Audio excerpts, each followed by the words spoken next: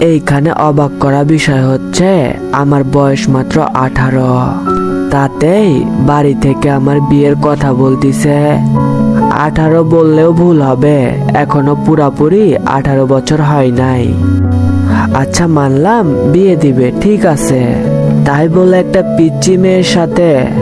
হ্যাঁ সেটাও মানলাম, কিন্তু আনিকার সাথে কেন? বাংলাদেশে তো আরো অনেক মেয়ে আছে না? আনিকাকে বুঝতেছেন না তো? আনিকা হচ্ছে আমাদের প্রতিবেশী, মানে আমাদের বাসার পাশে বাসা। ওর আব্বুর সাথে আমার আব্বুর ছোটবেলা থেকে বন্ধুত্ব। আমার আব্বুরা বন্ধু হলে কি হবে, আনিকা হচ্ছে আমার জাতশত্রু। টম এন্ড জেরির কাহিনী তো সবাই জানেন, ওদের মধ্যে তো কিছু কিছু সময় মিল হয়, কিন্তু আমার আর আনিকার মাঝে অল টাইম ঝগড়া চলে। কেন জানি আমি ওরে সহ্য করতে পারি না। কেন সহ্য করতে পারি না সেইগুলা আস্তে আস্তে জানতে পারবেন।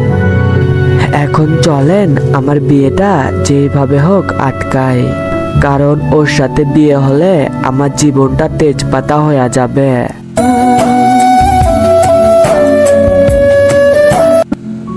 এই যে আম্মু, তোমরা কি পাগল হইছো নাকি? এখন কি আমার বিয়ের বয়স হয়েছে? আর আমার কথা বাদ দাও, যার সাথে আমার বিয়ে দিতেছো সে তো আমার থেকেও বাচ্চা একটা মেয়ে, মাত্র ক্লাস 8-এ পড়ে। তোমরা কেমনে পারো এইটা করতে? কোনো মা বাবারে দেখছো এত অল্প বয়সে ছেলে মেয়েদের বিয়ে দিতে? আমি কিছুতেই এই বিয়েটা করতে পারবো না। আমার এই কথা শুনে আম্মু বলে, এইগুলা আমারে কেন বলতিছো তুমি? তোমার আব্বুরে গিয়া বলো। আর তুমি তো দেখতেই পাইতিছো আনিকার আব্বু কতটা অসুস্থ। তোমার আব্বু আনিকার আব্বুরে কথা দিছিল তোমার সাথে আনিকার বিয়ে দিবে, তাই এইগুলা বইলা কোনো লাভ হবে না। তোমাকে আনিকা মামুনিকেই বিয়ে করতে হবে। আর আনিকা কি দেখতে খারাপ? কত সুন্দর একটা মেয়ে, যেমন সুন্দর তাকে দেখতে তেমন সুন্দর তার ব্যবহার। আম্মুর কথা শুনে অনেক রাগ হইতিছে। ওই সাতজনী নাকি ভালো মেয়ে। হ্যাঁ দেখতে সুন্দর, কিন্তু ওর ব্যবহার তো একটা পচা ডাস্টবিনের মতো। আম্মু তুমি তো জানোই আমি আব্বুরে কতটা ভয় পাই, তুমি একটু আব্বুরে বোঝাই বলো না। আম্মু আমারে সোজাসুজি ভাবে বলে যে আব্বুরে আম্মু কিছু বলতে পারবে না। কি আর করার, আমি রাগ করে আমার রুমে চলে আসি। মেজাজটা অনেক খারাপ হইতিছে। আমি শিওর এরা আমার বিয়ে দিয়েই ছাড়বে। এখন বুঝতেছি জীবনে প্রেম না করে কত বড় ভুল করছি। এখন একটা প্রেমিকা থাকলে তারে নিয়ে পলাই যাইতাম। প্রেমিকাই বা হবে কেমনে? যতগুলা সিনিয়র মেয়েরে প্রপোজ করছে সবগুলাই না কইরা দিছে। আমি নাকি পিচ্ছি? আমি বড় হইতে হইতে নাকি ওদের বিয়ে হয়ে যাবে? এখন তো তোদের আগেই আমার বিয়া হয়ে যাইতিছে। তোরা প্রেমিকা হইলে তো আর এই সাতজনীকে বিয়ে করতে হইতো না। সন্ধ্যার দিকে দেখে আনিকা আমাদের বাসায়। আম্মু টিভি দেখতিছে আর আনিকা বসে বসে ফোন টিপতিছে। ওরে দেখা আমার মনে হয় এই বিয়ে ভাঙার ব্যাপারটা ওরে বললেই তো হয়। ওর তো মাথায় অনেক শয়তানি বুদ্ধি, ও চাইলেই তো এই বিয়েটা ভাঙতে পারবে।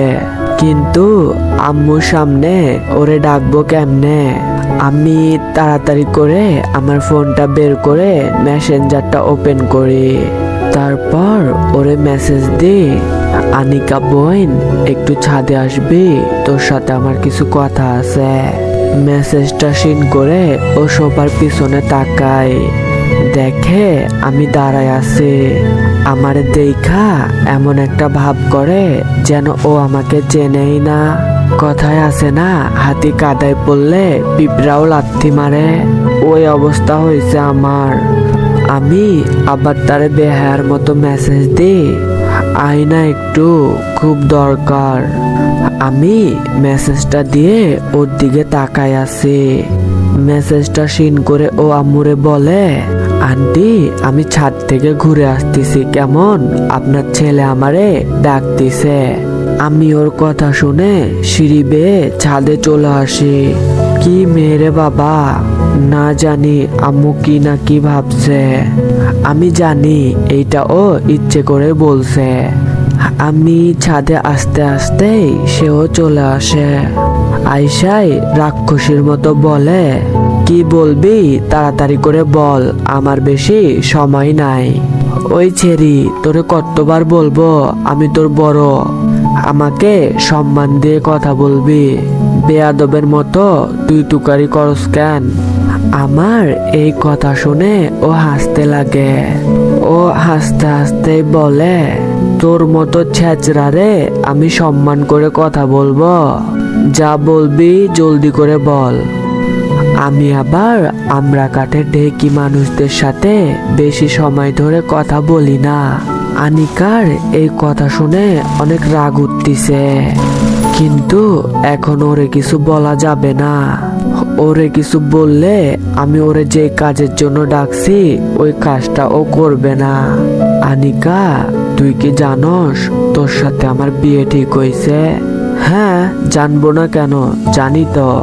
ওর এই কথা শুনে আমি বলি, দেখ আনিকা, আমি জানি তুই এই বিয়েটা করতে চাস না, আর আমিও চাই না তোর অমতে তোকে বিয়ে করতে।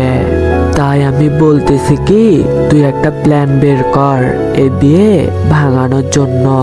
আমার কথা শুনে ও আমার দিকে তাকায়া বলে, তোরে কে বলছে আমি এই বিয়ে করতে রাজি না? আমি তো এই বিয়েতে রাজি।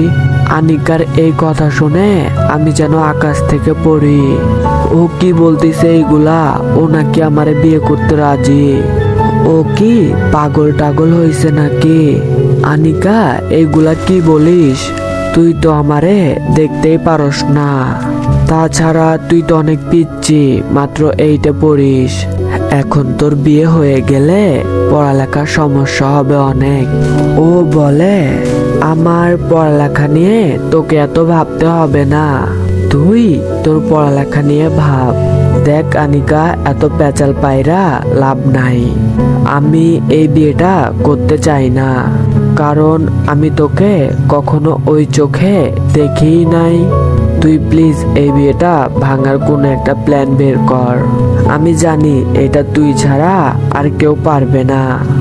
এই যে খচ্চর, আমিও তোকে বিয়ে করতে পইরা নাই। হ্যাঁ, আমার আব্বুর জন্য তোর বিয়ে করতে রাজি হয়েছে, নয়তো তোর মতো বান্দরকে বিয়ে আমি কেন বাংলাদেশের কোনো মেয়েই করবে না।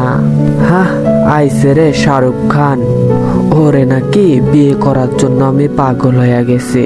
আনিকা এগুলা বলতে বলতে ছাদ থেকে নিচে চলে যায়, আর আমি ছাদে হাবার মতো দাঁড়াই থাকি। শেষ একটা ওয়ে ছিল আমার বিয়েটা ভাঙার, ওইটাও বন্ধ হয়ে গেল। আজ শুক্রবার। এই পিচ্চি ছেলেটা আজ অনেক বড় হয়ে গেছে। হ্যাঁ, আপনারা যেটা ভাবতেছেন ওইটাই। ওই পেতনির সাথে আমার বিয়ে হয়ে গেছে। ওই শয়তান বাচ্চা মেয়ে আমার বউ। হায় রে কপাল আমার, স্বপ্ন দেখছিলাম আমার থেকে 2 বছরের বড় মেয়েকে বিয়ে করব, আর বিয়ে করতে হইলো পিচ্চি একটা মেয়েকে। বিয়েটা আমাদের কলমা করে হয়েছে, তবুও আমাদের সব আত্মীয় স্বজন বাসায় আসছে। আমার কয়েকটা হারামি বন্ধুও আসছে, সবগুলো আমারে পচাইতেছে আমি নাকি লুকায়া লুকায়া আনিকার সাথে প্রেম করতাম। এটা বাসায় জানাজানি হয়েছে, ওই জন্য নাকি আমাদের বিয়ে দিয়া দিছে। আরো অনেক কিছু বলতিছে, আমি ওদের কিছু বলতেও পারতেছি না। অনেকক্ষণ ধরে বাসর ঘরের সামনে এইভাবে দাঁড়ায় আছে। আমার নিজের ঘর, তাও ঘরে ঢুকতে কেন জানি অনেক ভয় করতেছে। ভয়ের সাথে সাথে অনেক লজ্জাও করতেছে। আমার বন্ধুরা বলতিছে, মামা আস্তে ধীরে বিড়ালটা মারিস কেমন? সত্যি বলতে আমি ওদের এই কথার মানেটা বুঝতেছি না। বাসর ঘরে বিড়াল কোত্থেকে আসবে? আর আসলেও আমি বিড়ালটাকে মারবো কেন? আমি আর ওদের কিছু বললাম না, কারণ ওদের সাথে কথা বললে কথা বাড়তেই থাকবে। আমি আর দাঁড়াই না থেকে ঘরে প্রবেশ করি। ঢুকতেই দেখি আমার পুরা ঘর ফুল দিয়ে সাজানো হয়েছে। ফ্লোরে একটা ফুলের পাপড়ি দিয়ে লাভও আঁকা হয়েছে, আর লাভের মাঝখানে লিখছে A+A। আমি ফ্লোর থেকে চোখ সরিয়ে বিছানার দিকে তাকাই। বিছানার দিকে তাকাতেই বড় ধরনের একটা ধাক্কা খাই।